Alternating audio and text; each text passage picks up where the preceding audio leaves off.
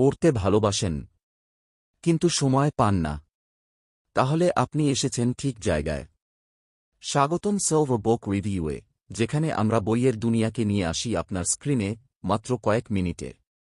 আমাদের চ্যানেলে আপনি পাবেন জনপ্রিয় ও অনুপ্রেরণামূলক বইয়ের বাংলা সারাংশ, বিশ্ববিখ্যাত লেখকদের জীবনী, ছোটদের ও বড়দের জন্য শিক্ষামূলক গল্প, একটি কলম, একটি বই, একটি শিশু এবং একজন শিক্ষক, এই চারটি জিনিসই পৃথিবীকে বদলে দিতে পারে।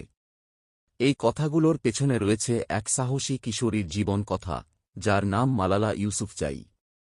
সে সেই মেয়ে যে ভয়কে জয় করে গুলির মুখেও থেমে যায়নি, যে স্বপ্ন দেখেছিল সবার জন্য শিক্ষা নিশ্চিত করার, এবং সেই স্বপ্ন বাস্তবে রূপ দিতে গিয়ে হয়ে উঠেছে সারা বিশ্বের অনুপ্রেরণা। আজ আমরা জানব কিভাবে পাকিস্তানের এক পাহাড়ি উপত্যকা থেকে উঠে এসে মালালা হয়ে উঠল শান্তির দূত এবং ইতিহাসের সবচেয়ে কনিষ্ঠ নোবেল শান্তি পুরস্কার বিজয়ী। মালালা ইউসুফজাই জন্মগ্রহণ করেন পাকিস্তানের সোয়াত উপত্যকায়। তার বাবা জিয়াউদ্দিন ইউসুফজাই একজন শিক্ষক ও স্কুল প্রতিষ্ঠাতা ছিলেন।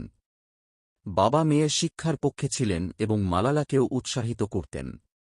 মালালার শৈশব ছিল সহজ সরল, কিন্তু সে বরাবরই পড়ালেখায় খুব আগ্রহী ছিল। সোয়াতে তালিবানদের প্রভাব বাড়তে শুরু করে। তারা মেয়েদের স্কুলে যাওয়া নিষিদ্ধ করে, টেলিভিশন ভাঙচুর করে এবং ইসলামী শরিয়া আইন জোরপূর্বক চালু করতে চায়। মালালার স্কুলও হুমকির মুখে পড়ে। এই সময়ে মালালা গোপনে বুকওয়ার্ডের জন্য একটি ছদ্মনামে ব্লগ লিখতে শুরু করেন, যেখানে সে তালিবানদের ভয়ঙ্কর দমনপীড়নের কথা তুলে ধরতেন। মালালা তালিবানদের ভয় না পেয়ে মেয়েদের শিক্ষার পক্ষে কথা বলা চালিয়ে যান। সে টেলিভিশন, সংবাদ মাধ্যম এবং আন্তর্জাতিক ফোরামেও কথা বলতে শুরু করে। এই কারণে সে তালিবানদের টার্গেটে পরিণত হয়। 2012 সালে স্কুল থেকে ফেরার পথে এক তালিবান বন্দুকধারী মালালাকে গুলি করে। মাথায় গুলির আঘাত পান মালালা।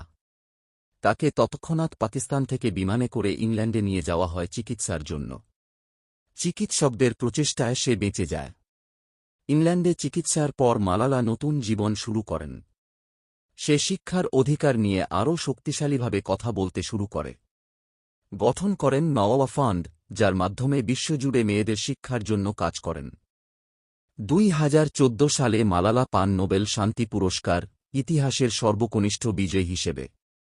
আই অ্যাম মাওয়া বইটি একটি সাহসী কিশোরীর গল্প, যে শুধু নিজের জন্য নয়, বরং বিশ্বের সকল মেয়েদের শিক্ষার অধিকার রক্ষার জন্য লড়েছে। মালালার জীবন আমাদের শেখায়, শিক্ষা একটি মৌলিক অধিকার এবং অন্যায়ের বিরুদ্ধে রুখে দাঁড়ানোর সাহস সবার মধ্যে থাকা উচিত।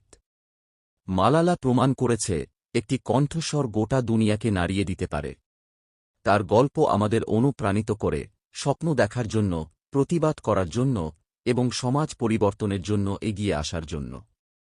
এই বইটি শুধু একটি জীবনী নয়, এটি একটি বার্তা, সাহস, আশা ও পরিবর্তনের বার্তা। আজকের এই অনুপ্রেরণাদায়ক গল্পটি এখানেই শেষ করছি।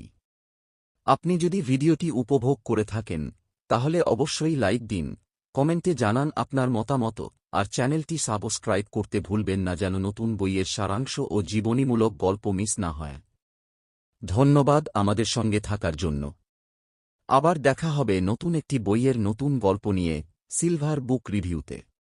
এই পর্যন্ত ভালো থাকুন, সচেতন থাকুন আর বইয়ের সঙ্গে থাকুন।